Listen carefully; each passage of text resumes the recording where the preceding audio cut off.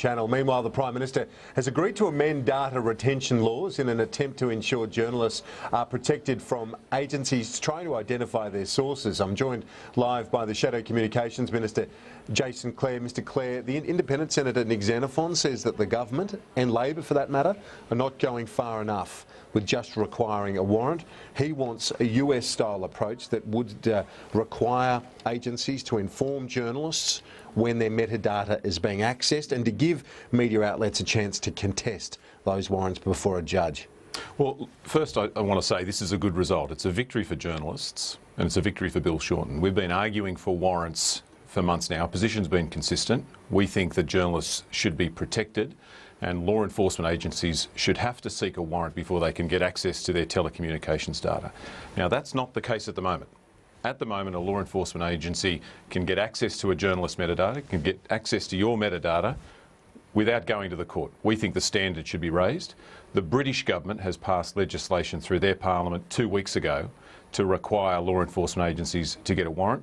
We think that's the template that should be adopted, and we've argued that Tony Abbott should do this. He's refused to budge until yesterday. Yesterday he caved in. I think that's a good thing, and we'll now work with the government and with the crossbenchers on the details of that amendment. Senator Xenophon says the amendment means journalists doing their job will still be in the firing line of law enforcement. What do you say to that? Well, once again, let's work on the details of the amendment with the government, with the crossbenchers at the moment, as I say. So are you open to the US-style approach that would require media outlets and journalists to be told and then give them a chance to contest that before a judge? This is a question that media organisations asked yesterday. My understanding is at the moment, when you apply for a warrant in a court, there's no contestability. But this is a question that should be asked of the government. They should sit down and work through the details of this amendment with George Brandis and Tony Abbott. OK, so you're open to it? Oh, look, you're open to this US approach because Xenophon says this is only a formality, that the federal police will go to a judge, get it ticked, and then the sources are exposed. You don't want a tick and flick approach. We want to protect journalists. Journalists are different. Unless you can protect their sources, it undermines freedom of the press. That's why we fought so hard for this. It's why Bill Shorten has been writing to Tony Abbott, asking him to change his mind. He's been intractable until now. Yesterday he caved in, that's a good thing. Let's work to get this amendment right. So this is just a first step then, because the British model might not be strong enough, according to your view that you don't just want a tick and flick. Well, remember, 24 hours ago we didn't have anything. The Prime Minister was of the mind that you didn't need a warrant at all. We've finally convinced him that he was wrong. I think the prospect of he actually hasn't admitted that he's wrong. That's true. But he doesn't believe that he's wrong. No, he thinks it's not necessary. But I think he was terrified at the prospect on Friday of a public hearing with the chief executives of Channel 7, Channel 9, Channel 10, News Limited and Fairfax, all attacking the Prime Minister and telling him he was wrong. And so he caved in.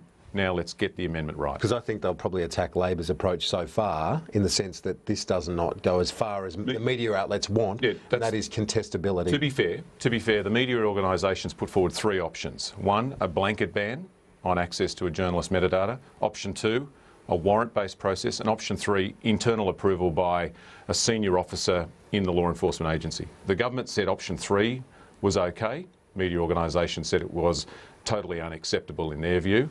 We said option 2, the British model, is the way to go, but there will always be people who will want a blanket ban.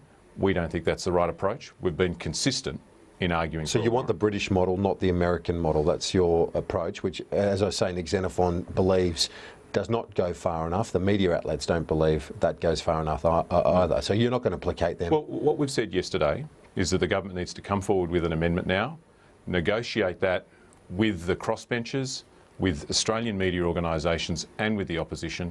Let's get this amendment right. Why shouldn't there be contestability and give the journalist a chance, or the media outlet, to argue before a judge that their source should not be divulged or exposed? And this is a question that George Brandis is going to have to make a decision on. As I say, there's no contestability for warrants at the moment. But if media organisations think that this is important, then they should put the case to the government in their preparation of these amendments. We're almost out of time. Just quickly, on the cross-media laws, do you see any scope for compromise on the anti-siphoning sport list of sporting events, which currently restricts the amount that can be broadcast via subscription television and protects the rights of the free-to-airs? Well, whenever you get involved in media reform, media ownership reform or anti-siphoning, this is a minefield, and you put one foot wrong and you get blown up.